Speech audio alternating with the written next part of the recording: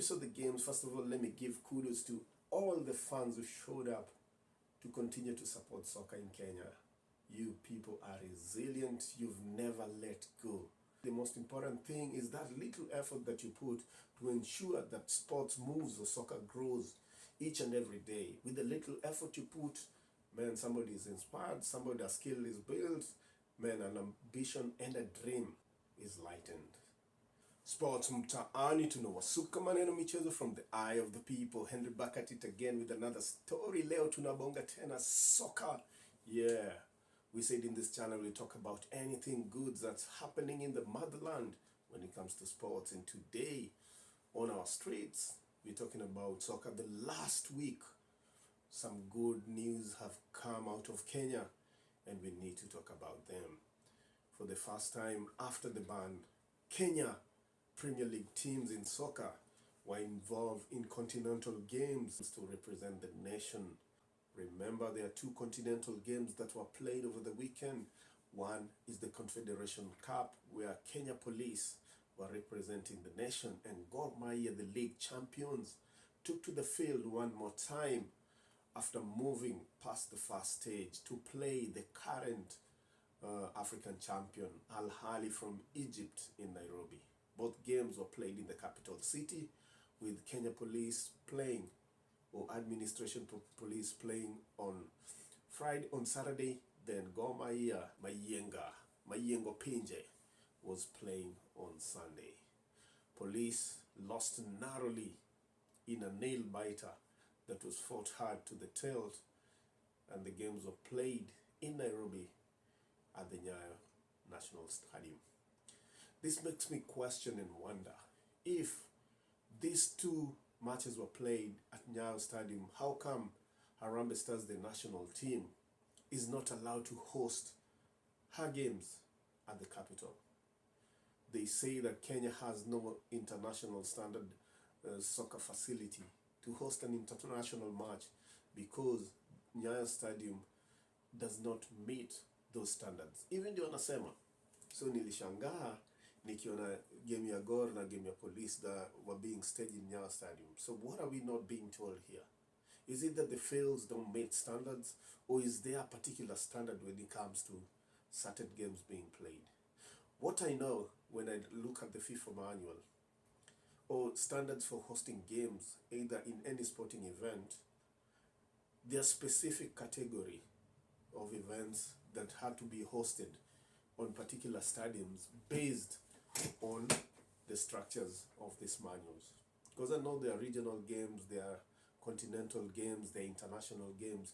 But when you look at the starter of the Confederation Cup or the Champions Cup, these two events are considered at par with an international match between either Kenya and Uganda or Kenya and Cameroon.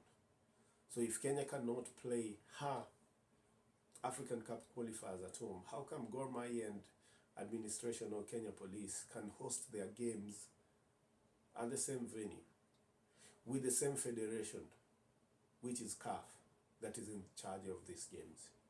There are questions that need to be answered. I don't know about you, but that is what is making me wonder. We all understand that after the ban from FIFA, Kenya bid to host the CHAN, which is a tournament for African teams and players who play in the local leagues, that is to be hosted here in Nairobi, where Kenya, Uganda, and TZ are going to co-host. So because of that, we understand that Kasarani, which is the more international stadium, is supposed to undergo renovations, which everybody can see is on progress and things are going on so well. And that is one thing that every Kenyan is proud of.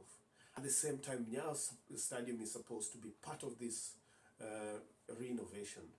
And this is something that made the national soccer team, Harambee Stars, play high international games, both the World Cup qualifiers against Ivory Coast and the two qualifiers for the African Cup of Nations, which one was against Namibia, that was played in Uganda. So information was put out there that Nyayo Stadium is not ready to host an international game due to the standards We were meant to believe probably it was the field, the grass is not to standard, or the facility within the stadium, which might be anything.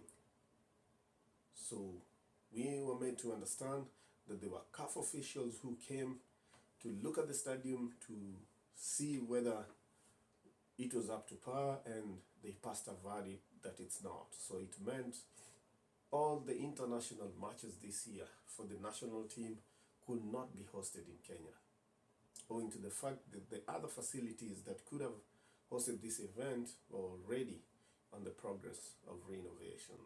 So my question is, how come Gor Mahia and police were able to stage their two international games that were played in Nairobi at the same venue? And it's the same organization, which is the Confederation of African Football, that gives a go-ahead whether a team can host a game in a particular venue or not. So what are we not being told here? Is there a game being played? Because the two continental games, that's the CAF Confederation and the CAF Champions League, these are high caliber games with the same standards that an international game deserves to have.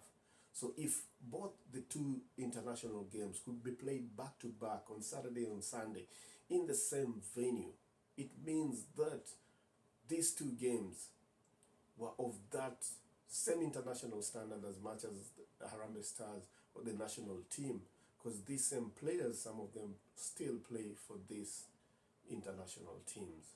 So what are we being told? Nani anajua ukweli hapa? If at all you know something about this, kindly drop a comment so that we can understand, is there a game being played so that certain teams have an advantage and others don't when it comes to particular tournaments?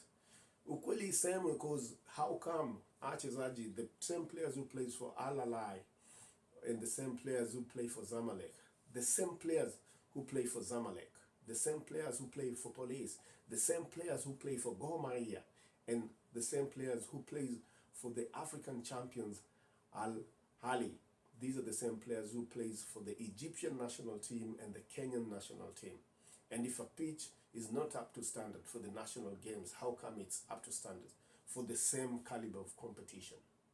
Hapo sijaelewa. If at all you understand, let me know. Lakini tukiingia chini in the deep of it, let's talk about performance of the Kenyan teams. Man, if you saw the games, first of all, let me give kudos to all the fans who showed up to continue to support soccer in Kenya. You people are resilient. You've never let go.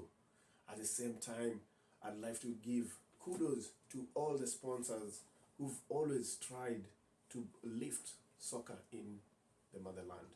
You guys are great. With the little effort you put, man, somebody is inspired, somebody's skill is built, man, an ambition and a dream is lightened. Study niliona game ya Police, watu makarawa litokea wakapiga saluti hapo hivyo deadly sana. Study ilikuwa, even though ikushona, but we also know Police is a young club that has come a long way. So with that effort, kudos to everybody who showed up. On Sunday, Kamakawa mobilization was done, epic, to all those Gor Mahia branches from every corner in Kenya. You continue to do a great job. Kenya and sports in Kenya will never die because of you. Niliona wase wametoka as far as Moyale, watu Kitale walikuwa hapo hivyo, Gor kutoka HB, man, na hii Mathare, hizo club zote za Ongwaro, za wapi, D, Kayole, you guys, hey man, you continue to support the club and keep it afloat. Bila nyinyi, Gor Mahia ingekuwa. But also kudos to the organizers wa hiyo event. Stadili shona to the brim, man, akuwa na space. That is the effect of what sports bring. Sports is a social binder. Gor Mahia is a community. Now tunangasemanga hivi, as in, hey, luni lifestyle na mulionyesha hapo kwa field. The dignitaries who came, man, hata Dani alikuwa kwa field. Who knew that God inaweza leta investors videdli hivyo venye ilikuwa. And that was awesome. That said and done, the elephant in the room, ball ya Kenya imestruggle. The last 5 years have not been rosy. Sports in Kenya, especially soccer, has been at the lowest moment. Tunaitwa deathbed. Unfortunately enough, hizi mabanza, FIFA pia has never favored hiyo growth ya soccer. It reminds me of the years sometimes in the mid-2000s when nobody used to go to the stadium. And it was because of the management of sports in Kenya. These 2 years zimepita, zimekuwa, wow, reminiscent of those days. Lastly, I'd say that the elections are here. Kenyans are going for an election to choose who's gonna lead the Football Federation going forward. Pictures don't say too much. The most important thing is to choose somebody who, according to you, is gonna foster Kenyan football going forward. For me, it's Sammy Owino Kempes. And the reason are clear. I said from way back.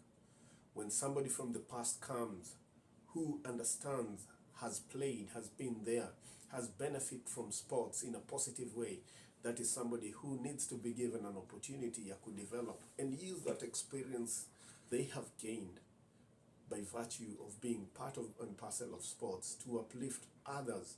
And that's what this person is talking about.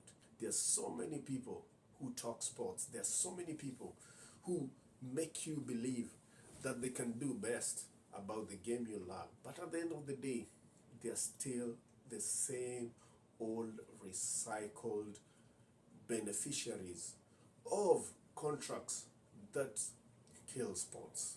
Most important, and what you should think about, is why are you electing this person to be given a position to manage a very big portfolio that can impact the lives of so many young people? I've always just wondered why it's the Moi government that understood that sports is a niche that can elevate young people to prosperity, that is an economical builder. The election is here, and for me, it's Sammy Owino Kempes. And the reasons are very basic and clear. This person has been there. He's from the past. He saw when Kenyan soccer was struggling at the budding years, when Kenya soccer was building. He's a beneficiary who grew and played in one of the academies way back late in the 60s and 70s. This is somebody that knows the grassroots. You talk about grassroots, where Kenya soccer is from, ask Sammy Owino Kempes. I'm not saying that I've spoken to him. No, I don't know him personally. But when he articulates what he wants to do for sports in Kenya, you feel that person has something. We know all these people who are aspiring to be leaders. And one of the reasons why they're aspiring is because they understand the benefits, the economical benefits that sports can elevate them as personalities. All of them have a conflict of interest. They run businesses, they're entrepreneurs, and they know the money that is poured in sports to help the local communities. Unfortunately for Kenya, that money for a long time has never gotten to the root cause or purpose that they are contributed for.